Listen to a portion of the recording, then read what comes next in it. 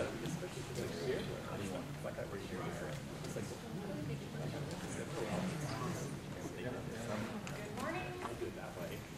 have this little voice that reaches sometimes the front row, so if you can't hear me, all I'm doing is introducing the speakers.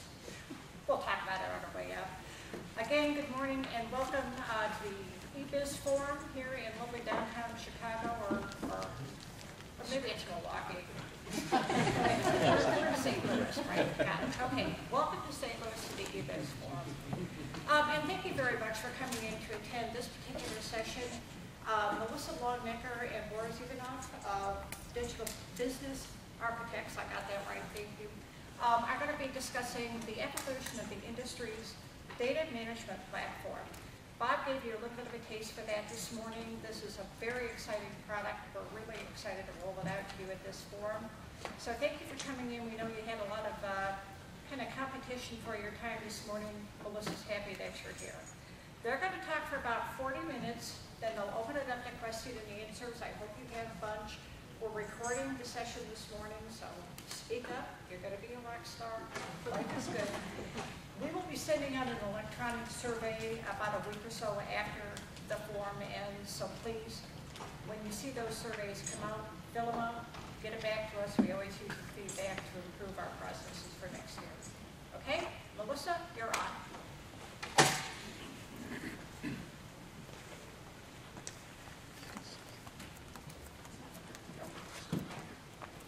I'm sorry to run. I didn't want to trip in the heels, but I am really excited to see everybody here. Before we kick things up, I'd like to just ask some questions of who we have here and what you may or may not know. Raise your hand if you're new to the forum. Never been here before. That is fantastic. Thank you for coming. Thank you for being here. Thank you for your support. We hope to see you in the future. How many of you here are working with data on a day-to-day basis? And how many of you are managing projects that require data? I see some of the same hands going up. So we've got multiple hats being some people focused on one area versus the other. So it's good. What percentage of manufacturers do we have in the room? And distributors? Great. One last question. Before this morning, how many of you have heard of the data management platform? Well, that, as you can see, if you've been looking around the room with the hands raised, we have a very wide range of people in the room with a lot of different interests. Some people know about DMP, heard about DMP. A lot of you I see in the room have actually touched and worked with DMP. Some of you are newer. Some are concerned with your day-to-day business needs to get the data requests in place. Some of you are more interested in how can I leverage something like this to help with the processes around getting that data. A lot of what we were hearing about in the general session. So really what this is an introduction to DMP, walking through how did we get here, why are we here, and where do we go next. So a couple of things before we kick off. I know that it's a little chilly in here, but we do have a lot of bodies, so that I'll keep it warm. My throat is a little dry, so if I get too quiet, which I don't typically get that complaint, let me know, and I'll speak up. So we're going to walk through an agenda that's going to really show the evolution of what we're looking at. Where are we? What's the next generation of DMP? How does that work with and integrate with IPW? We're going to see a brief demo. Boris is going to kind of show and highlight some of the key functionality that was really the catalyst for making this a reality. And then we're going to talk about the future of it. Well, where do we go from here? What are the next things? And as mentioned in the general session, this tool really was born out of a need within our industry. And with our new platform, with the 2.0 version, it has the flexibility to support the future as well. So we're looking at both sides of the situation. Louder, Barbara?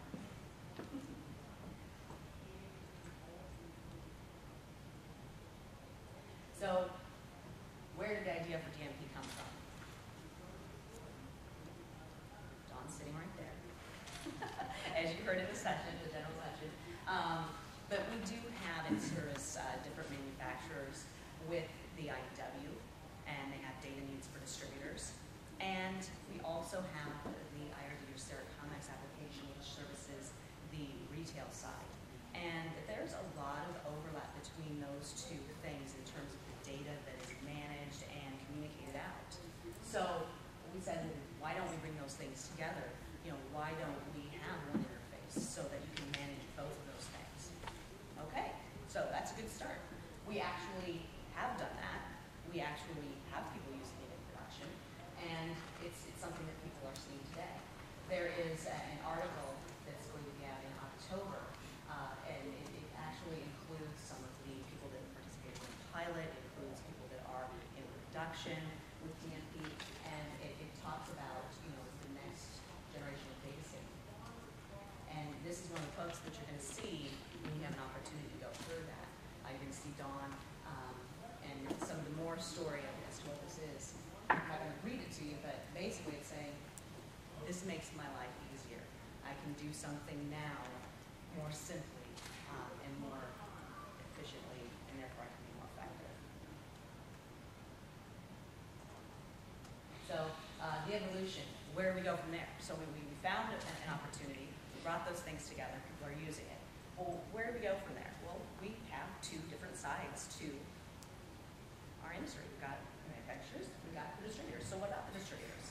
What can we do with this to assist them? And where can we go with that? We can actually go in, and you'll be seeing this in the demo, provide the ability to give specific feedback at the item level, give a response to information that is clear and precise and direct, and that's at the trade partner relationship level. It's not a generic request from a manager to a manager. It is somebody who is responsible for and working with the data, talking to somebody who is responsible for and working with the data on the other side. And that information is historical. So let's go through a scenario. You have an item, you put it in there. And I believe in the general session they were talking about, well, we put items in because we want to get them to market quick. Okay, great. Then we have to go back, we have to do other things. We want to be quick, but we have to go back and do other things. So in a scenario with this, you put the information in, your demand partner can acknowledge the fact that it's in there, but put specific feedback on, I still need this information. That is visible on both sides. So you'll see that it was there, it was accepted, they needed this information, that was, you know, taken care of, now we need this, so it has a historical record, and it helps those communications that you have every day anyway. And it gives you one version of the truth, not only for the data, but why we are where we are with a particular item. That helps the conversation a little bit. As you can see, this is kind of a screenshot of what you'll be seeing. You can run reports and see what information is in there. Boris will go into this in a little bit greater detail when we actually go into the demo. So that's a great idea, right? Well, we had to test that out and see what's going to happen. So we go into the pilot for 2011, and we make sure that we have multiple parties on both sides, and they're actually looking at and working with the information and the system.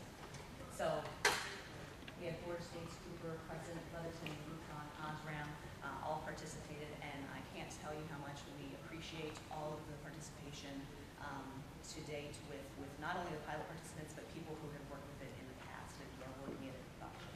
It's been a great feedback coming through. We also, as part of the pilot, combined not only the functionality of this tool, but wrapped it with one of the services that we have recently launched, which is the attribute fulfillment service. So not only are we getting the information there, you're having the trading partners talking on both sides, and you have that historical record, we're actually helping fulfill that data need with this complementary service. It dovetails nicely with this. So, okay, well that's where we are, right?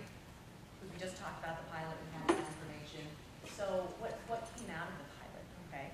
Here's some key things. Obviously there was more, but here are some of the things that really stuck out. We wanted an opportunity to get a quicker turnaround time for supporting our data needs, because you've heard that it's customizable, but how quickly can it be customizable? How well can it adapt to my needs? The ability to mix and match demand and supply roles, and the ability to, as Peter had mentioned, behave as my distributor within my company. I am demanding the data. I need that data. I want to help gather that data from my internal resources. We want to work with a smaller set of data. Everybody has different departments. Everybody has different people. I might need 5 attributes. I don't want to get the full extract. I want just these 5 things. I want to be responsible for these 5 things, and I want to be able to manage these 5 things. So a couple other things. We want more options for input and extracts, and this last piece, talk about in a little greater detail in a bit. It's the ability to track data requests at a higher level. What we'll show in the demo is the ability to communicate at that item level, but we'll talk a little bit more about the future and how to raise that up and have that communication at a higher level. So what impact did this have on our pilot? Really, we said this feedback came early and it came quick. So we took a look at it and said, okay, instead of running the pilot and making updates within the pilot to the system that we have, which was kind of built on the backbone of one of our earlier applications, we really need to look at the base level of what this solution is and make that fundamental baseline work for where we want to go in the future. So we shifted our focus to the new 2.0 platform, which is what we're introducing to you here at the forum. So the next generation of DMP. Where are we today? This is the image that you saw at the general session. This is the image that you saw at the general session.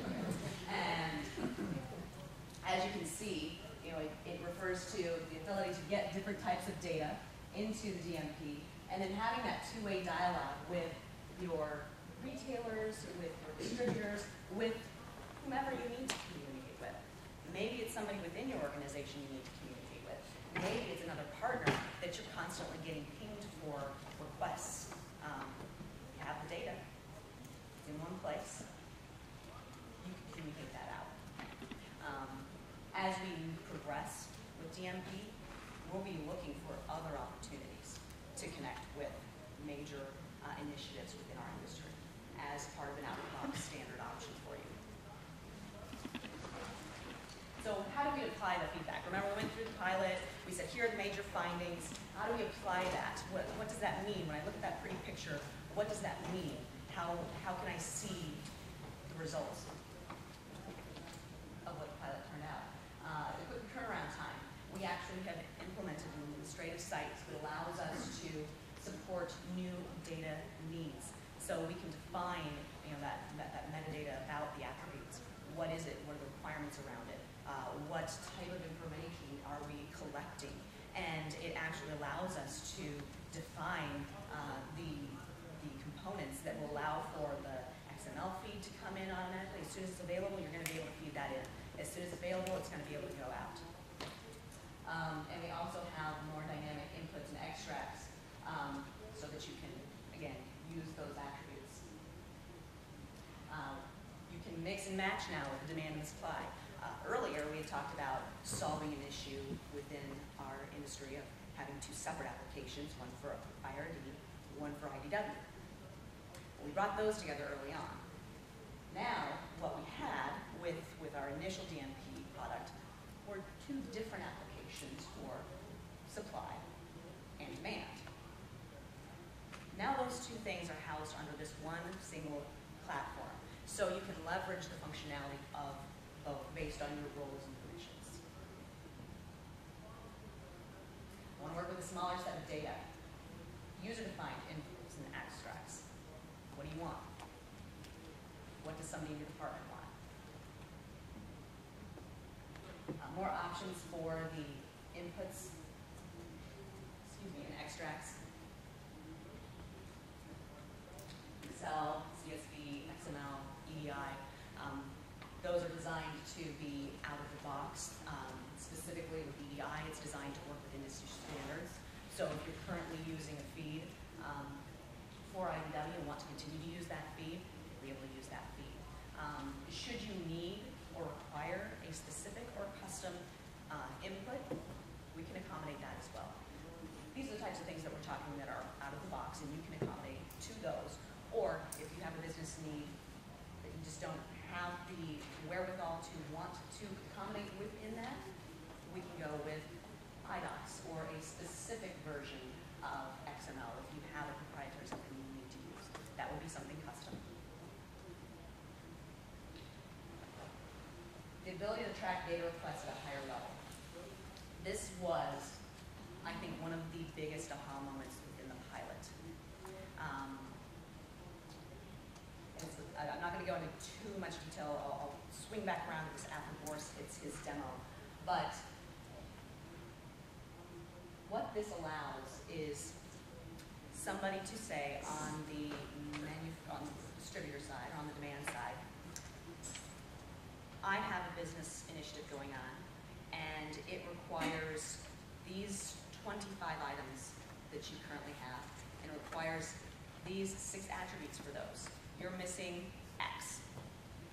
It allows on the manufacturer side to see that, acknowledge that, report back when it's complete, and for the distributor to acknowledge that it's been complete and close that out. And again, it is historical and it's on both sides of the application, so that you have that history or that story to tell when you're getting together with your partners. And that is something that will be part of a 2.1 release later this year. IDW integration. Well, how does it work with IDW? So we already have a platform, right? Why aren't we using that? These are 2 very specific and different applications. We have the DMP manufacturer is able to publish data to IDW and get it to IDW, such as with a manufacturer who needs to publish to IDW, needs to publish to the GDSN. Do that. So then again, we've got to look at it on the other side. What about the distributor? So the DMP distributor can access all your authorized IDW data in DMP. And this is something, we actually have Mr. IDW back there on the wall, Josh. And they are actually incorporating into the IDW roadmap the ability to get those item level responses. So if you're a manufacturer and you're not using DMP, you still can get those item level responses, and you can see what's happening with your data.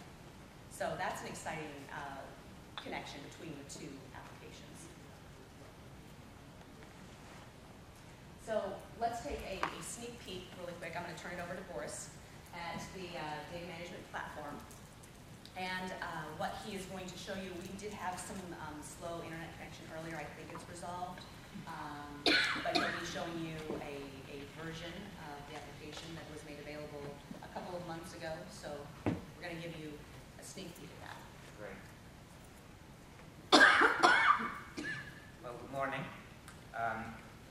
I'm going to start where Mike left off at the general session, and a brief summary and a continuation to an interesting question that came up. How is the DMP different from a generic PIM solution? And obviously there are similarities. Both types of applications will allow you to aggregate and manage product information. Where they're different, however, is that in addition to content management, the DMP will also provide the messaging choreography and the publishing processes that will allow manufacturers and distributors to communicate that content, number 1. Number two, it comes with a value-added service where IDEA continues to work with distributors or any types of data recipients to define their trading partner-specific requirements. For example, if Border States or Crescent or Gray Bar or any other distributor has data attributes or content specific to their company that they wanted to put in place and collect that content from manufacturers, IDEA works with those distributors to actually configure all of that into the DMP and facilitate the communication and aggregation of that content.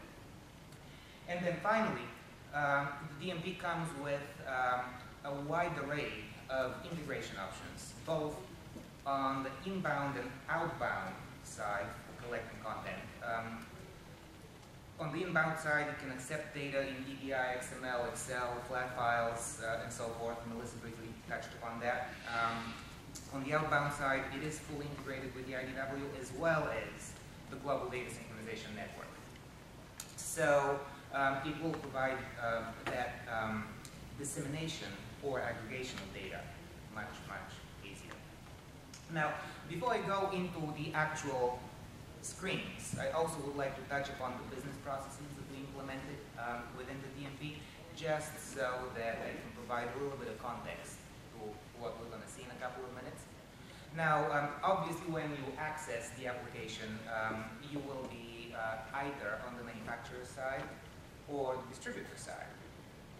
Now, on the manufacturer side, the business process that you have to go through is really 3 simple steps.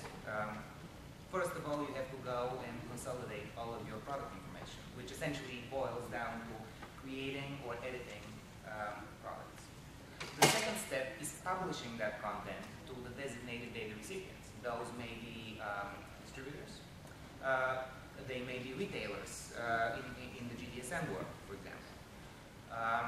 And then the final step, once you've completed your publications, will be to receive all of the feedback that was delivered back from the data recipients to let you know whether the content was acceptable or not. On the data recipient side, again, we have 3 basic steps. First of all, you need to set up what we call your subscriptions, or for those familiar with the IDW, authorizations. In other words, instead of flooding all types of content to the data recipient, we will give them the capability to selectively identify what type of content they would like to get. Once the subscriptions are in place, distributors or data recipients more generally will start getting content published to them. They will review it and take an authorization action, which is really the second step of the process.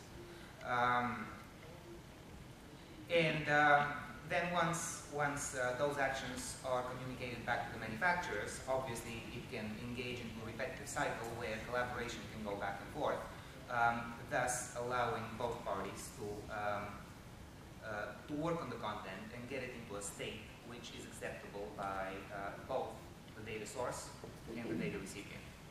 Now, with that context, I'm going to go into the application and take just a few minutes to demonstrate some of the screens, and then we can have some Q&A, and Melissa can take over again.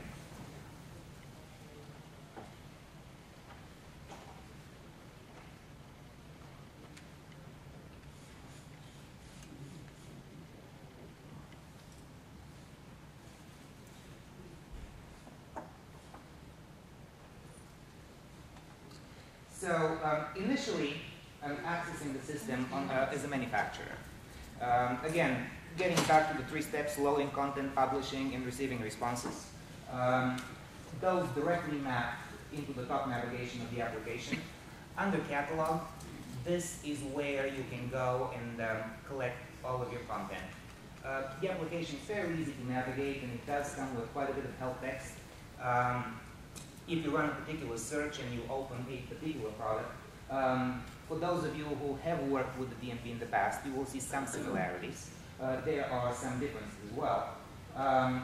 We maintain the tabulated interface that will allow you to go and take a look at various data attributes that sit together in certain context.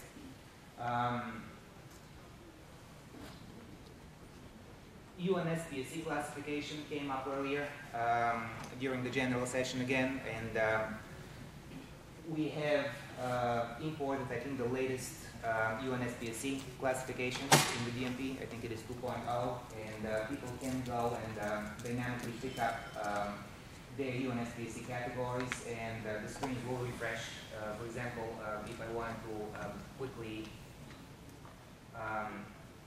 pick up data attributes for magnetic coils, for example, I can switch pretty quickly, and the data attributes are going to come up. We have also embedded all of the documentation provided by Data Agility into this application, where if you mouse over the actual data attribute, it will provide you the business descriptions and context for what type of content you have to provide. And then once that content is consolidated, obviously you can go ahead and save it and move on to the second step of the process, which is really publishing. Publishing is a pretty simple step in and of itself. It really comes down to selecting a data recipient and then picking one or multiple products you wish to publish. To create a new publication, you can run a quick search and identify the company that you would like to publish to. And then the secondary search will give you a list of products that you can go ahead and publish. Interject right there.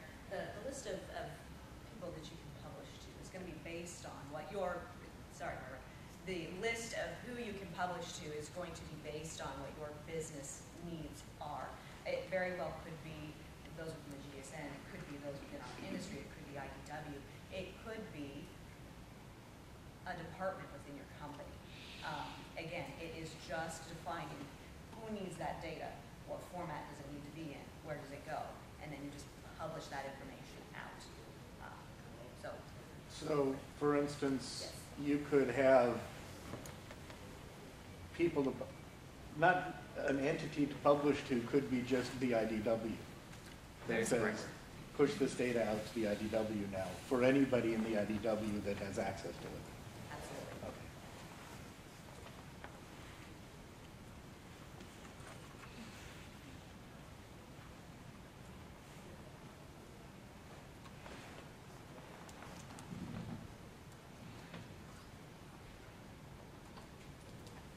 Actually, we have not put the IDW in the system, but you go through exactly the same steps. Essentially, you do a quick search, you pick up the system, and you publish.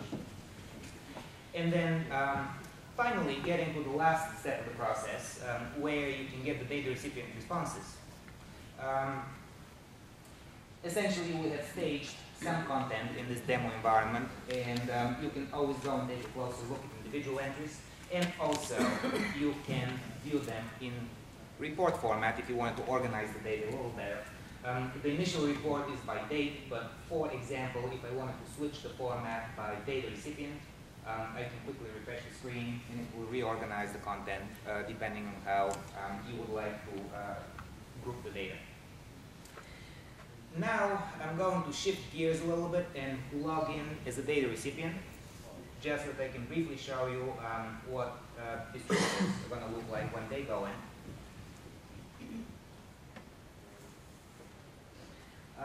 So on the data recipient side, obviously we can go again into the publications and do a quick search. Now keep in mind that now all of those publications is really content coming in. It will identify the data source where the content is coming from. If you open up a particular item,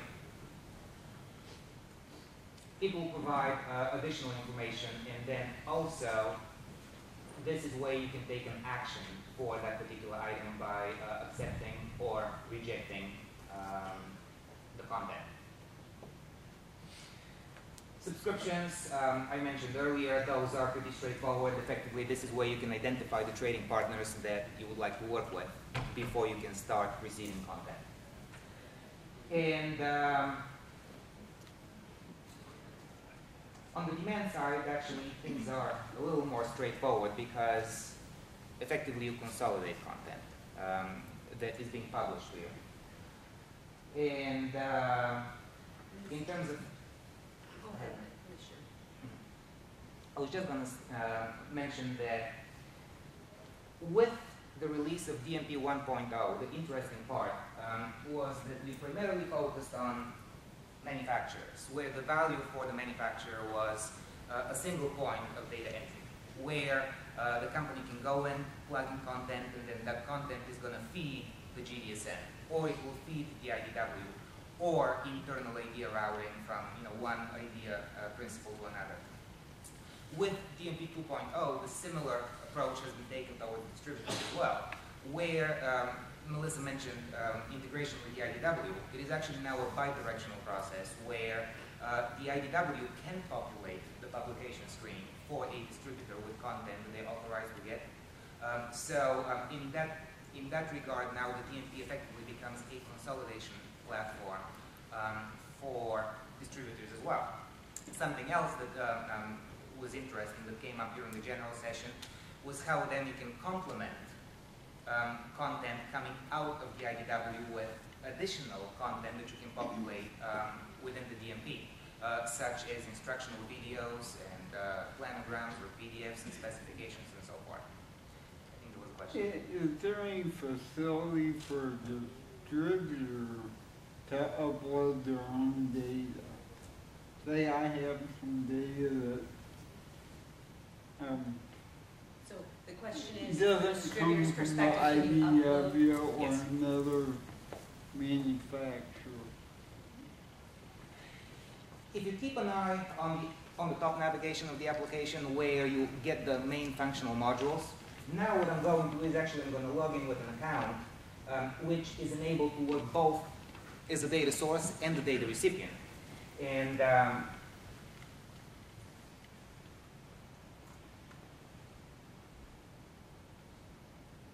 what is the DD account or the?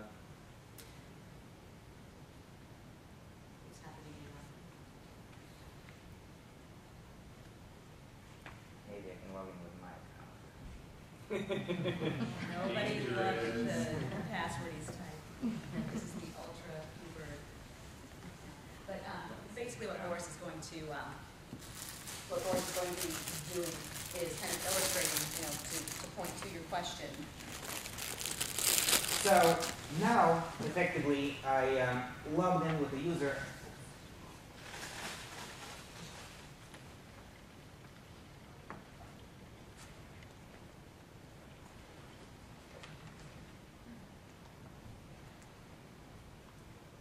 Well, you can look at it, Boris. You put your password and type it. So effectively what's going to happen is when you log in with an account that is enabled to work both on the supply side and the demand side, you consolidate all that functionality under the umbrella of a single GUI. Meaning that once data starts coming in and populating your catalog via publications as a distributor, then you can go and edit those records and add additional content. So if I opened up a particular product, now if I wanted to add under rich media, for example, a movie file or anything of that nature, I can go ahead and select it.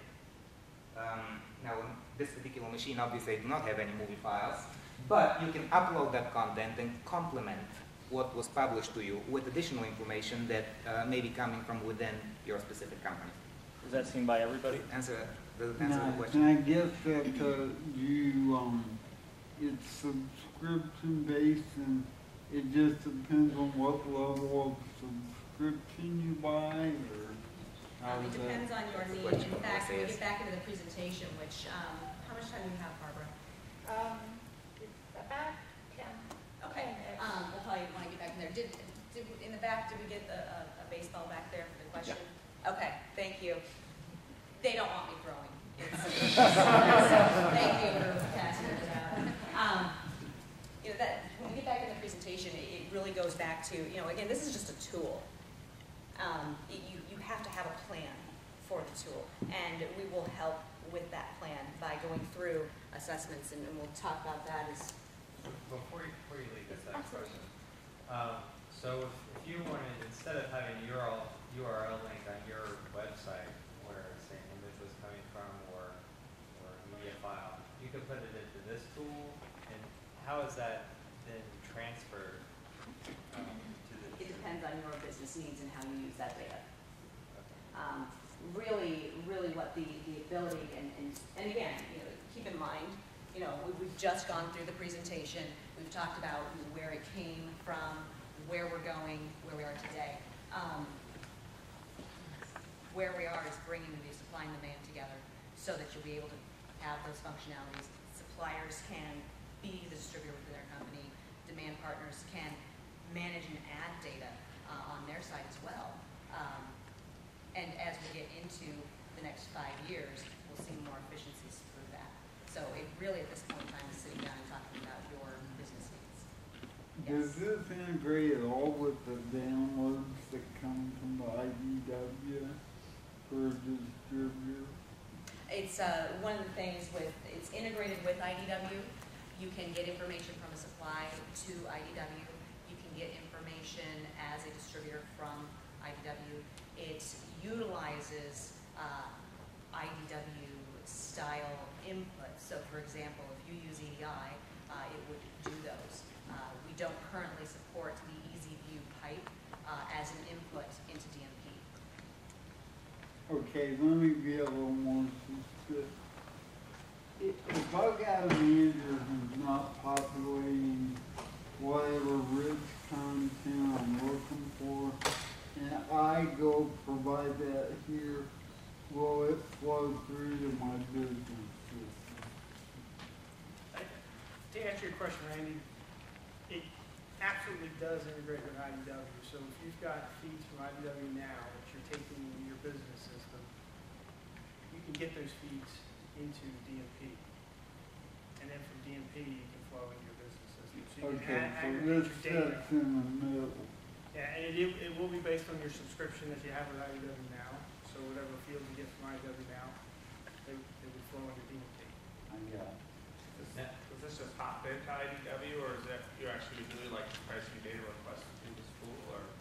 Yeah, we're basically doing the requested tool. Okay.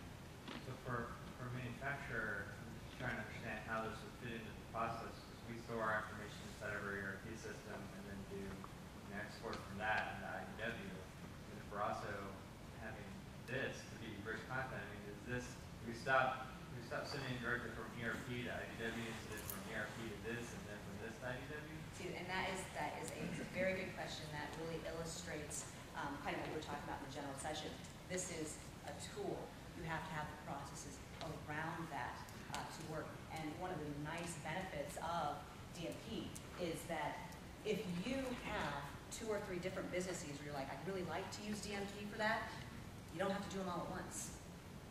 You can select what you want to focus on, get that piece done, and then if you want to engage or entertain the fact of automating something else into that, you can. It is not an all or nothing solution. It is something you can piece. One more follow-up to that.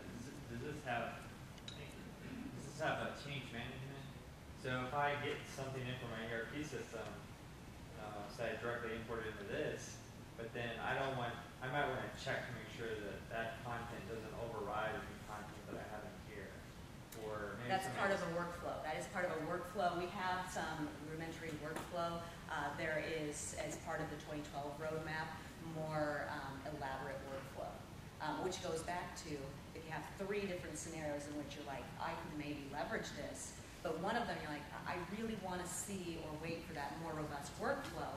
Focus on the piece that you can do today, and then move into that. So. I was going to ask, can you do a demo as a distributor and making a request to a manufacturer for something on this? We don't have that piece where it's the items themselves. We don't have that piece in the demo because Boris gave this to me a couple months ago. As it's developed, we're just testing it at this point in time, so we don't have that. But I would be happy to send out information on that and give you guys some screenshots. So when you said that accepted and rejected and all those kind of things, does the user go through and say, I'm gonna, these 20 items go check, these are all rejected, or is it one at a time? Is there a way of getting that information and? That's a good, we had Jason at Border States was working with the system, and at that time, it was more of a one-on-one. It was very manual, a lot of labor. He was really happy with what he was seeing, but it was, how can we make this more effective? So through the part of extracts, you'll be able to extract the data and you'll be able to input those responses back in. So it's not a click, click, click, click, click. You mentioned the importance of having a plan to help you define your business processes. For the parties that were involved in the beta or pilot, what was their plan? What was the business problem you're trying to solve with this? Because I'm trying to get an idea of scope. Well, I don't want to speak for them, but one of the primary things that we're is aggregating the data from multiple systems and being able to disseminate different pieces of it. You might have one piece of the puzzle that needs to go here, you may have a bigger piece of the puzzle that needs to go over here. So that's from the manufacturer perspective, they're looking to be able to manage that centrally without, and the other capability it gives you is internally within the manufacturer, the ability to have different people touch different parts of the data. You've got product managers maybe all over the world that are responsible for different SKUs.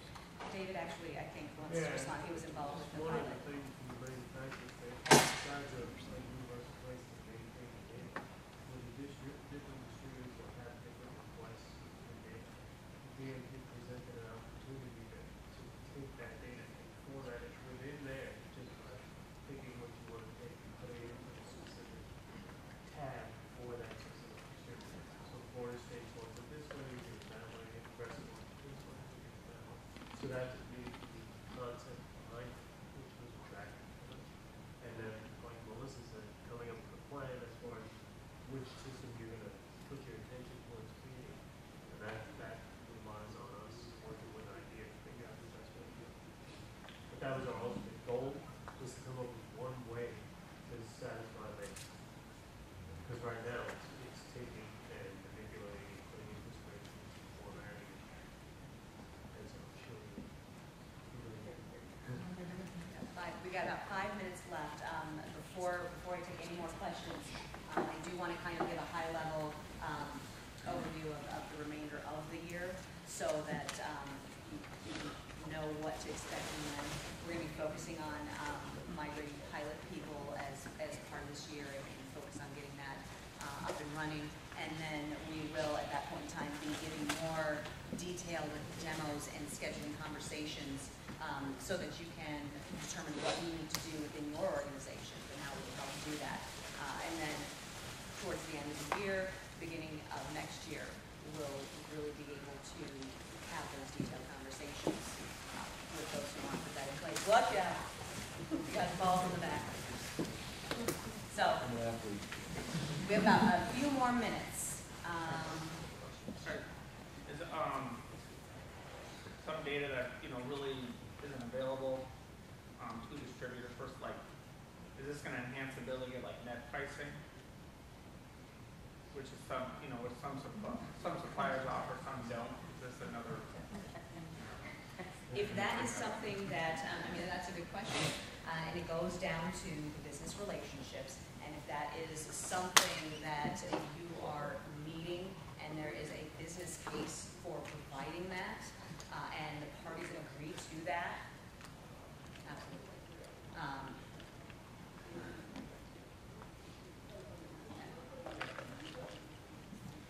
As a distributor, Sam, I participate in the DMP.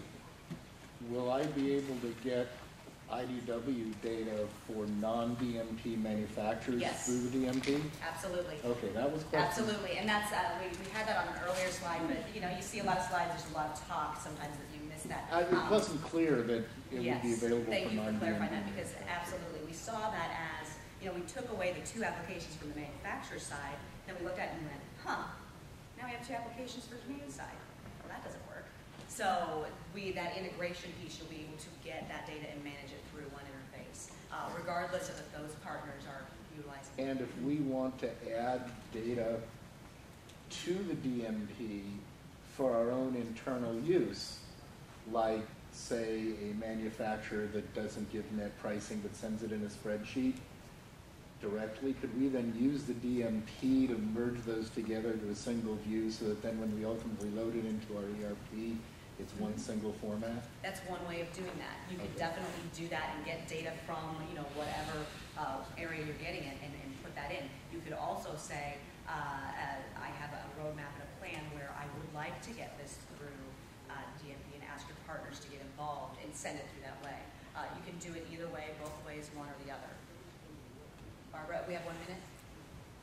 3 minutes, okay. Yes. So if there are distributors that are putting additional information into DMP on the manufacturing side, can I see what extra information is getting added to my product? Right now, that's the next step of where we would go, is to make that available on the other side. Right now, it would be on that demand side. But what we do have is the ability to have you extract that information and share that with your partners. Yeah, you're gonna make that where the distributor can okay that, right? And the manufacturer saying, you're going to make sure that the manufacturer can okay that. Well, yeah, it's a partnership. I think that in fact, Do we call this a PIM? it really is more of a communication tool. It doesn't really fit, it is not a full-blown PIM. It doesn't sit in that area. What it is designed to do is to facilitate the communication between the trading partners, partnership level. At the item level, what are my needs? How can I be specific about that?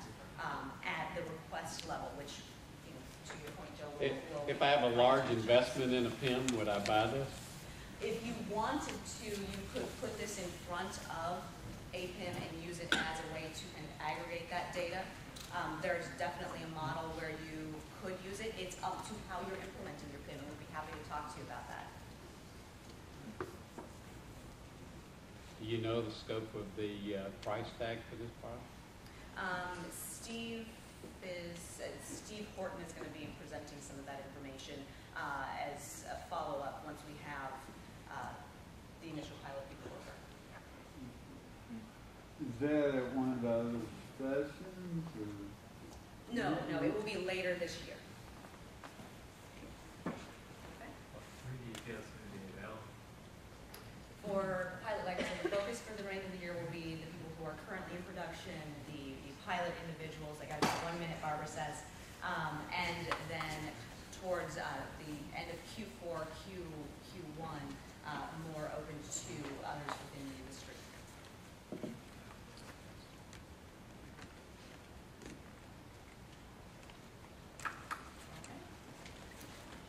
Thank you very much for coming. Thank you very much for your questions. I did get back to the slides, but again, the next question is, where do we go with this? This is a good start. We had some success on one side. We're now seeing success bringing those two things together.